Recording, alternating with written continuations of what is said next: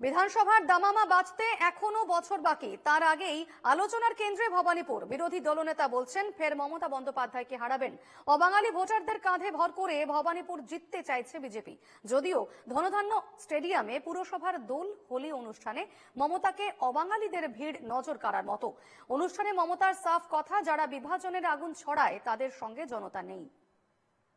আমি ভবানীপুরে এক কাপ চা খেয়েছিলাম, তাতেই উনি সন্ধ্যাবেলা 8টা কাউন্সিলরকে ডেকে কাল থেকেই নেমে পড়।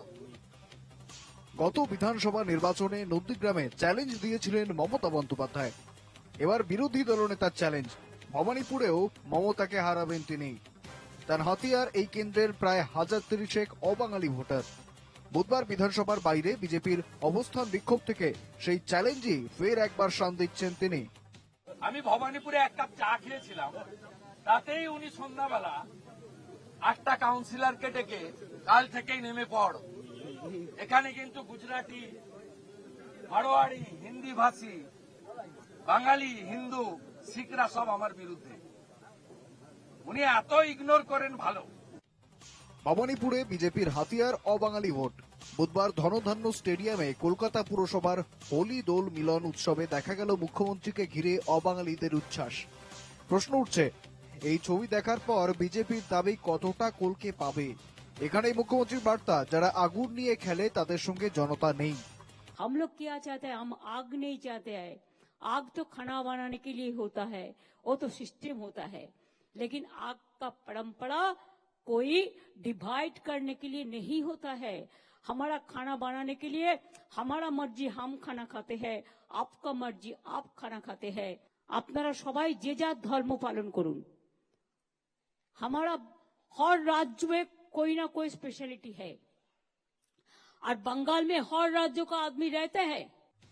বিজেপির রাজ্য সভাপতি সুকান্ত মজুমদারও চাইছেন ভবানীপুর থেকে বিজেপির প্রতীকে মমতা বন্দ্যোপাধ্যায়ের বিরুদ্ধে বিজেপির প্রার্থী হন শুভেন্দু অধিকারী। এটা আমারও বিশ্বাস যে শুভেন্দু বাবু যদি মমতা বন্দ্যোপাধ্যায়ের বিরুদ্ধে ভবানীপুরে দাঁড়ান, তাহলে অবশ্যই মমতা বন্দ্যোপাধ্যায় শুভেন্দু বাবুর কাছে পরাজিত হবে। রাজ্য সভাপতির এই বার্তার পরে শুভেন্দু জানান, দল চাইলে তিনি ভবানীপুর থেকেই লড়াই করবেন। এই মমতা পুলিশের হাত পা দড়ি দিয়ে বেঁধে দিয়ে কেন্দ্রীয় বাহিনী দিয়ে ভোট করাতে পারে 2011 সালের মতো।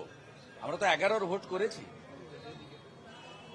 করতে পারে, তাহলে ওখানে আমাকে লাগবে না।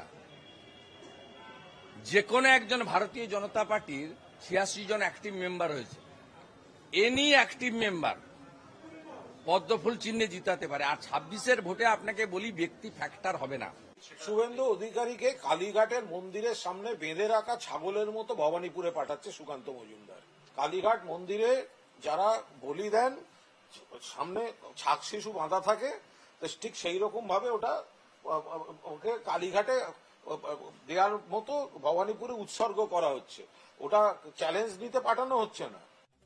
21-এর ভোটের ভরকেন্দ্র ছিল নন্দীগ্রাম, আর 26-এর ভোটের ভরকেন্দ্র কি হতে চলেছে ভবানীপুর? ভোটের প্রায় 1 বছর আগে আপাতত বাংলার রাজনীতি আবর্তিত ভবানীপুরকে ঘিরেই। Bureau report, NKTV Bangla.